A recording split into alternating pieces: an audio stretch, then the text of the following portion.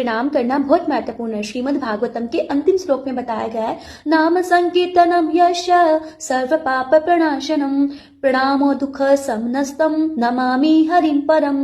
यानी कि प्रणामो दुख समनस्तम, यानी कि प्रणाम करने से, भगवान को प्रणाम करने से मात्र से ही सारे दुख समनम यानी कि नाश हो जाते हैं। तो अब हम कहें कि हम तो इतने सालों से प्रणाम कर रहे हैं तो हमारे तो दुख दूर ही नहीं हुए, तो इसका मतलब अभी तक हमने प्रणाम करना सीखा ही नहीं, जाना ही नहीं। अब तक तो हम केवल एक्सरसाइज ही कर रहे हैं। जिसने ये साइंस जान ली है तो उसकी लाइफ तो सक्सेसफुल है। So we should really learn how to offer pranam. तो एक बार श्रील प्रभुपाद जी के जो शिष्य थे अमोघ प्रभु, वो बता रहे थे, एक बार संकीर्तन चल रहा था और वो मन ही मन में जिस विचार ही कर रहे थे उनके मन में, और सोच रहे थे कि हे श्रील प्रभुपाद, हमारे अंदर तो कोई क्षमता नहीं है, ना कोई शक्ति है, ना कोई सामर्थ्य है, हम क्या ही आपके लिए कुछ कर पाएंगे, हम क्या ही आपकी सेवा कर पाएंगे।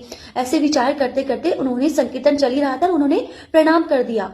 और जब प्रणाम कर दिया उसके बाद जब संकीर्तन खत्म हुआ तो श्रील प्रभुपाद जी ने उन्हें देखा और कहा, जीव चाहे कितना भी अयोग्य क्यों ना हो, अगर वह पूर्ण श्रद्धा से साष्टांग प्रणाम करता है तो भगवान उसे अवश्य स्वीकार करते हैं। इसलिए पूर्ण श्रद्धा से अपने हृदय से प्रणाम करना बहुत इंपॉर्टेंट है। हरे कृष्णा।